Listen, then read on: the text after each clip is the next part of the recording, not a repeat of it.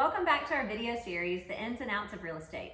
Today we're going to be talking about one of the most important parts in the buying process, the inspection. Even after you've walked the property numerous times, there are many things you may not have noticed, like the water pressure, the AC temperatures, the electrical system, and or the sprinkler system. Absolutely. You do not want to buy a property without having that inspection done. There will be small things that the inspector may find, like an outlet needing to be replaced or the caulking needed to be redone. But you can also find big things like the hot water heater needed to be replaced or there being roof damage that you just can't see. Inspectors will even go on that roof to do a visual inspection or possibly even bring out a drone to get those pictures if they are unable to get on that roof if it's too steep.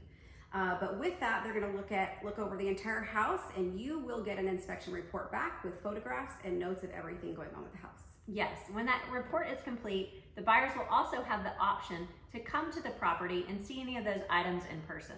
Sometimes this is really important because a picture can be misleading. A small crack can look really big in a picture. After buyers receive that report and review it, they have the option to request repairs or ask for money off the price of the home so that they can get the repairs done afterwards. Another thing that agents can assist with is arranging specific trades to review anything on the report and get estimated costs. For example, if there shows to be roof damage during the inspection, it may be a good idea to have some roofers come and give a full report on what needs to be replaced and an estimated cost. Of course. So think of your inspector as your primary care physician. The inspector is going to send us out to different specialists like the roofer, the plumber, or even the foundation to get further looked at if it's needed. So let's go out on site and talk to one of our preferred inspectors. Hey guys, we would like to welcome Chris Carruthers with Endeavor's Real Estate Inspections. He's one of our preferred inspectors here in the DFW area. He's been in business for over 8 years, so we thought we'd get together and ask him a couple of questions. Yes, thank you for coming. Absolutely, I appreciate being here. Yeah. What type of training does it take to become an inspector? So we're governed by TREC, the Texas Real Estate Commission, just like you guys are, the realtors are. And they set what all of the education requirements are and also the SOPs, the standard operating practices of inspectors. And so we have to go through a pretty lengthy certificate program, just like you guys do. We can go through Champion School of Real Estate, we can go through correspondence courses if we'd rather do it that way. And so there's several different ways that we could do it. And then we have to do some ride-alongs or apprenticeship kind of opportunities so that we can get some field work in as well before we can be licensed. Oh, that is great. Yeah. And what all do you look at when you do a home inspection?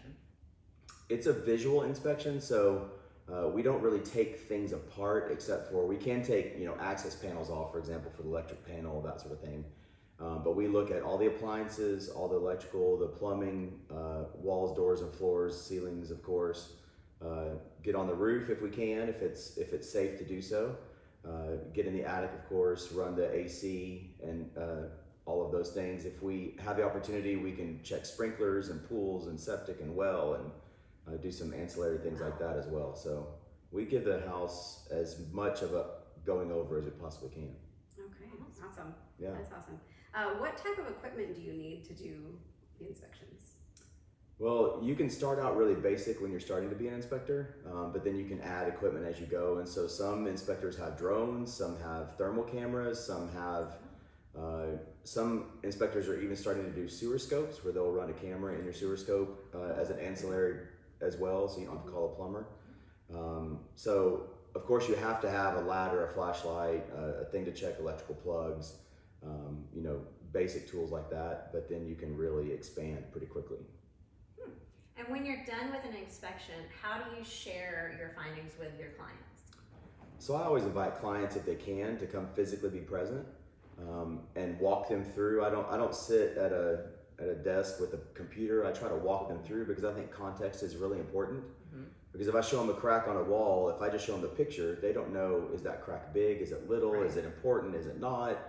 If they can physically see it, and then later when they get my report and they see that picture, oh yes, I remember what he was talking about. So I always give a report at the end, verbally if I can, and walk them around, and then afterwards we always send a PDF and it's got pictures and comments, and usually 30, 40 pages, lots of pictures. So we have a program where we can do it on our phone as we go.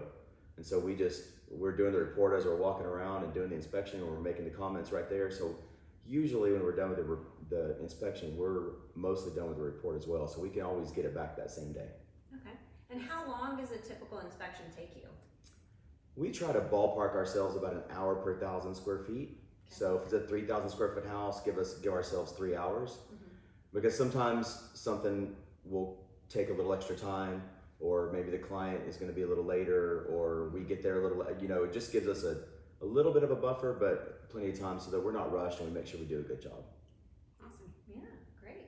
Well, Yeah. thank you so much for answering all of our questions today. Of course. If anybody needs a home inspection, we highly recommend Chris, and you don't have to wait until you're ready to buy or sell.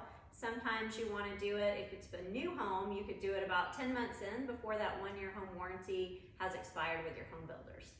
We can also help in the construction process too, and inspect it as the construction happens to make sure things are right too. Oh, perfect. Yeah. Absolutely.